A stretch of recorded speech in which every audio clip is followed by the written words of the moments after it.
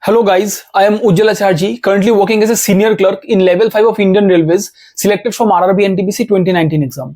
दोस्तों आरआरबी ने NTPC graduate level का एग्जाम डेट रिलीज कर दिया है। 5 जून से लेकर 23 जून तक एग्जाम चलने वाला है और अभी आपके पास लगभग 15 से 20 डेज के अंदर आपके पास प्रिपरेशन करने का टाइम बचा है। एक्चुअली ये टाइम जो है ये प्रिपरेशन करने का टाइम नहीं होता, ये रिवाइज करने का टाइम होता है, ये रिवीजन करने का टाइम होता है। आज मैं आप सबको बताऊंगा कि जब मैंने आरआरबी एनटीपीसी सीबीटी 1 एग्जाम दिया था उससे पहले जो 15 से 20 दिन या 1 महीने का टाइम था, उस टाइम को मैंने खुद कैसे यूटिलाइज किया और मुझे आरआरबी गुवाहाटी में एनटीपीसी सीबीटी 1 में one of the top score मेरा हुआ 84 मैंने स्कोर किया था। आज मैं आपको बताऊंगा कि मैंने मेरे टाइम पे कैसे टाइम को यूटिलाइज किया था, कैसे आपको इस टाइम को यूटिलाइज करना है, कैसे आपको पेशेंट रहना है। ये जो टाइम है आपको पेशेंट रहना है, आपका पेशेंस टेस्ट होगा इस टाइम में, आपका प्रिपरेशन टेस्ट होगा इस टाइम में। कैसे आपको हर एक सब्जेक्ट को टाइम देना है, हर एक सब्जेक्ट को कैसे प्रिपरेशन करना है मैं आपको बताऊंगा, ताकि आप हर एक दिन का मैक्सिमम आउटपुट दे पाए और आपका बहुत बढ़िया से प्रिपरेशन हो जाए एग्जाम से पहले तक। वीडियो को स्टार्ट करने से पहले अगर आप आरआरबी एनटीपीसी एस्पिरेंट है और एग्जाम देने वाले हैं तो इस वीडियो के नीचे पिन कमेंट में एक टेलीग्राम ग्रुप का लिंक मैंने दिया है, उस ग्रुप को जाके ज्वाइन कर सकते हैं। उसमें 7900 के करीब मेंबर्स है, आप लोग ग्रुप डिस्कशन कर पाएंगे एनटीपीसी एग्जाम से रिलेटेड। चलिए इस वीडियो को स्टार्ट करते हैं। सबसे पहले मैं आपको मैथ्स के बारे में बताऊंगा कि आपको मैथ्स इस 15 से 20 दिन में कैसे आपको प्रिपरेशन करना है। दोस्तों इस टाइम पे लास्ट मोमेंट पे मैथ्स के लिए 3 टाइप का स्टूडेंट एग्जिस्ट करता है। नंबर 1 स्टूडेंट तो वो है जिसका मैथ्स में हर एक चैप्टर बहुत बढ़िया से कंप्लीट हो चुका है। उन लोगों को मैं ये रेकमेंड करूंगा कि आपका जो हैंड रिटन नोट्स है, चाहे आपने यूट्यूब से किया हो या फिर कोई पेड कोर्स लेके किया हो, आपका जो हैंड रिटन नोट्स है वही नोट्स आपके लिए रामबाण है।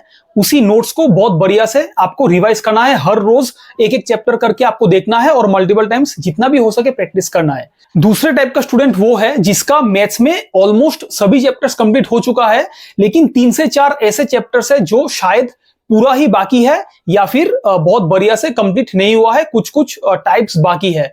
उन स्टूडेंट्स को मैं ये रेकमेंड करना चाहूंगा कि आप उन जो भी चैप्टर्स आपका बचा हुआ है, अभी 3 से 4 चैप्टर्स जो बचा हुआ है, उन चैप्टर्स का वेटेज एक बार देख लीजिए कि आरआरबी एनटीपीसी 2019 सीबीटी 1 एग्जाम में उन चैप्टर से कितना कितना क्वेश्चंस पूछा गया था, कितना वेटेज था उन चैप्टर्स का। अगर आपको लगता है कि वेटेज ज्यादा था तो आपको क्रैश कोर्स से उन चैप्टर्स को कर लेना है। पूरा पेड कोर्स मत कीजिए, पूरा यूट्यूब से मत देखिए फुल लेंथ का क्लासेस। सिर्फ उन लेफ्ट ओवर चैप्टर्स का अगर वेटेज ज्यादा है तो आप क्रैश कोर्स कर लीजिए, वरना जो भी आपने किया है अभी तक उन्हीं को मल्टीपल टाइम्स रिवाइज कीजिए, अपना हैंड रिटन नोट्स रिवाइड कीजिए। थर्ड टाइप का स्टूडेंट वो है जिसका अभी भी बहुत कुछ बचा हुआ है, मतलब 1-2 चैप्टर्स ही हुआ होगा या फिर मतलब majority of the topics, majority of the chapters in maths बचा हुआ है।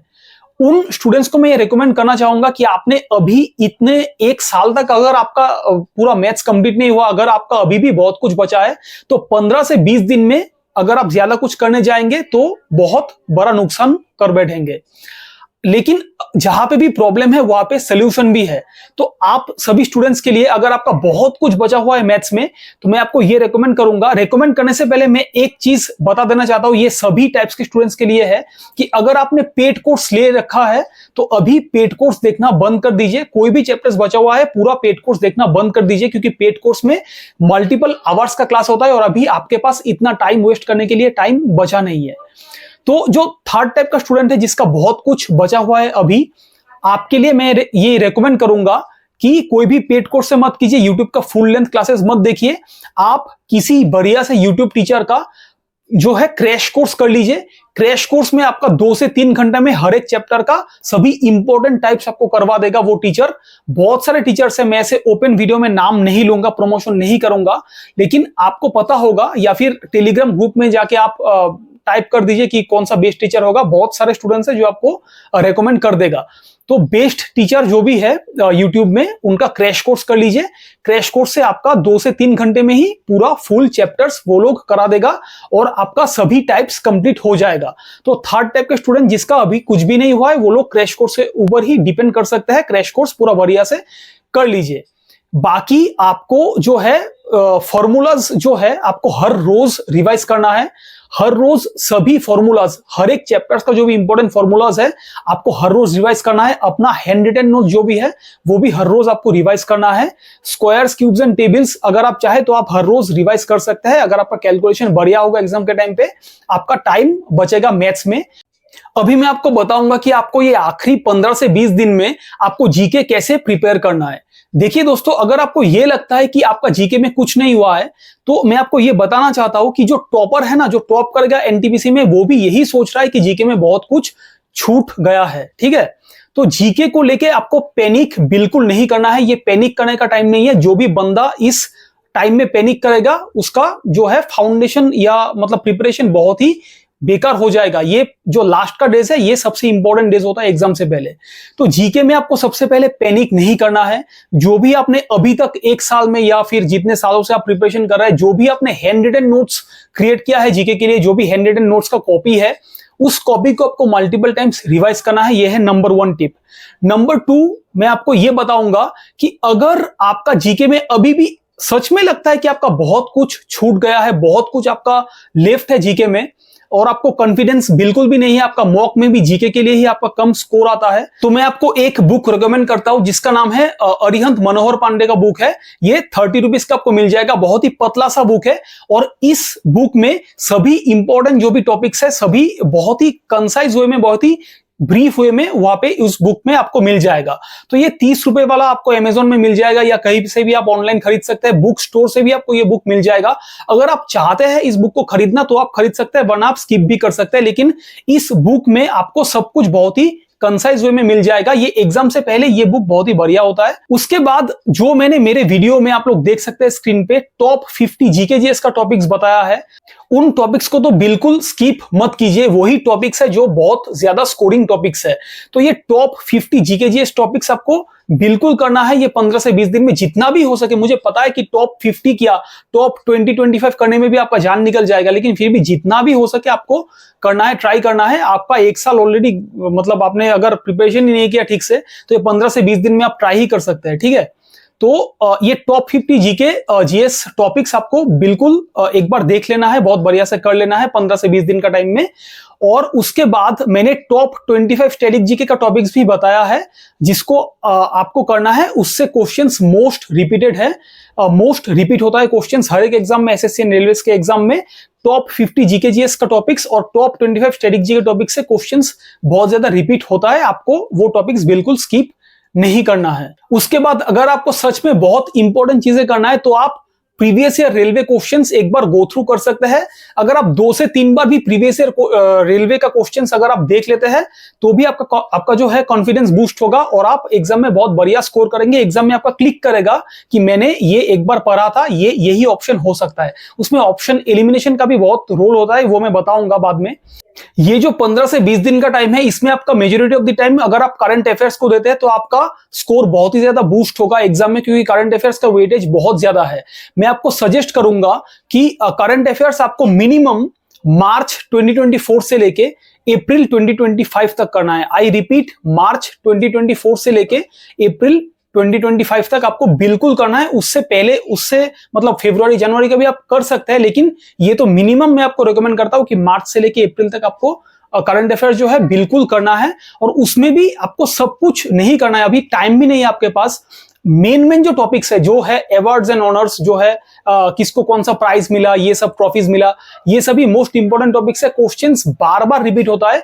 अवार्ड्स एंड ऑनर्स का टॉपिक सबसे पहले खत्म कीजिए। उसके बाद अपॉइंटमेंट्स, जो भी लेटेस्ट अपॉइंटमेंट्स हुआ है सभी अपॉइंटमेंट्स एक बार देख लीजिए। बुक्स एंड ऑथर्स देख लीजिए करंट अफेयर्स का।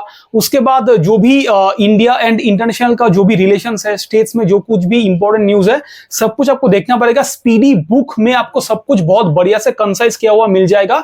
स्पीडी बुक अगर आपने अभी तक नहीं खरीदा है तो खरीद लीजिए, टाइम ज्यादा नहीं है। आपको करंट अफेयर्स भी करना है। मार्च से लेके मई तक, अप्रैल तक आप लोग करंट अफेयर्स कर सकते हैं। आपका जीके बहुत बढ़िया से मतलब रिवाइज हो जाएगा इस लास्ट के 15 से 20 दिन में। अभी हम लोग रीजनिंग के बारे में बात करेंगे। देखिए दोस्तों, रीजनिंग में रेकमेंड करने के लिए ज्यादा कुछ है नहीं। मैं सिर्फ आपको यही बोलूंगा कि अगर आपने कोई शॉर्ट ट्रिक का कॉन्सेप्ट लिखा है या फिर कोई भी अगर आपका हैंड रिटन नोट्स है रीजनिंग का, तो अभी ये हैंड रिटन नोट्स को रिवाइज करने का ही टाइम है। जो भी आपने शॉर्ट ट्रिक्स नोट डाउन किया है, जो भी आपने कॉन्सेप्ट नोट डाउन किया है, सभी हैंड रिटन नोट्स का आपको रिवाइज करना है मल्टीपल टाइम्स। उसके बाद आपको रेलवेज प्रीवियस ईयर क्वेश्चंस का जितना भी रीजनिंग क्वेश्चंस है, जितना भी आप कर सकते हैं। आई नो कि सभी क्वेश्चंस इस वक्त करने का टाइम नहीं है, आपको टाइम आपके लिए कम पड़ जाएगा, लेकिन जितना भी हो सके आपको रेलवेज प्रीवियस ईयर क्वेश्चंस आपको प्रैक्टिस करना है। अगर आप 40 to 50% भी कोर्स जो है प्रीवियस ईयर क्वेश्चंस कंप्लीट कर लेते हैं, प्रैक्टिस कर लेते हैं रीजनिंग का, तो भी आपका बहुत बढ़िया से प्रैक्टिस हो जाएगा। और जब आप मॉक देंगे तो मॉक से तो आपका रीजनिंग का प्रैक्टिस आपका हो ही जाएगा। अभी अगर मैं मॉक टेस्ट के बारे में बात करूं तो मैं आपको यही रेकमेंड करूंगा कि आपको डेली 2 मॉक्स देना ही है। डेली आपको 2 मॉक्स कैसे भी हो अटेम्प्ट करना है। अगर आप 2 मॉक्स अटेम्प्ट नहीं कर सकते तो मिनिमम 1 मॉक तो आपको हर रोज देना है, क्योंकि एग्जाम का डेट आपको पता है 5th से लेके 23 जून तक एग्जाम जो है चलेगा। तो एग्जाम का डेट आपको पता है। अभी आपको हर रोज मिनिमम 1 एंड मैक्सिमम 2 मॉक्स आप दे सकते हैं। और मैं आपको ये रेकमेंड करूंगा कि जो भी मॉक्स आप देंगे, लेकिन अगर कोई लाइव मॉक कोई अगर वेबसाइट क्रिएट करता है, कोई अगर लाइव मॉक टेस्ट अगर मतलब कंडक्ट करता है, तो आपको लाइव मॉक टेस्ट कैसे भी हाल में मिस नहीं करना है। आपको लाइव मॉक टेस्ट अपीयर होना ही है, तब आपको पता चलेगा कि ऑल इंडिया में कितना कंपटीशन है, आपका कितना आप स्कोर कर रहे हैं।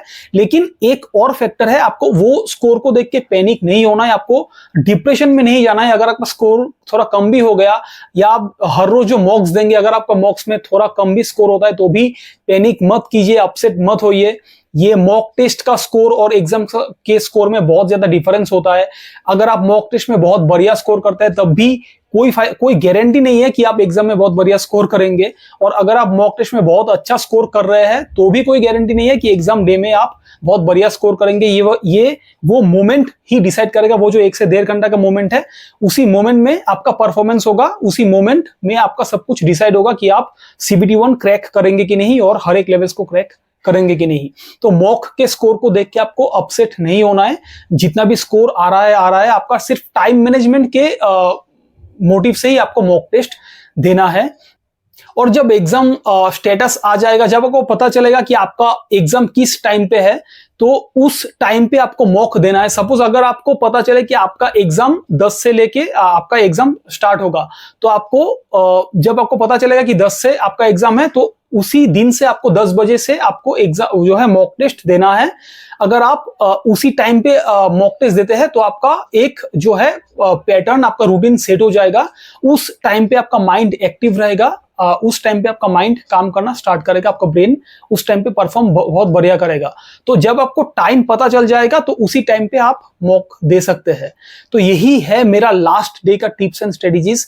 इस टिप्स एंड स्ट्रेटेजीज को अगर आप बहुत बढ़िया से फॉलो करते हैं, तो मैं आशा करता हूं कि आपका जो ये लास्ट डे का प्रिपरेशन है बहुत बढ़िया से आपका हो जाएगा। बहुत बढ़िया से आप लोग रिवाइज करके CBT1 हर एक लेवल्स को क्वालिफाई भी कर पाएंगे। हर एक लेवल छोड़िए, अगर आप 1-2 लेवल भी क्वालिफाई करते हैं, तो भी आपको CBT2 में जाने का मौका मिलेगा।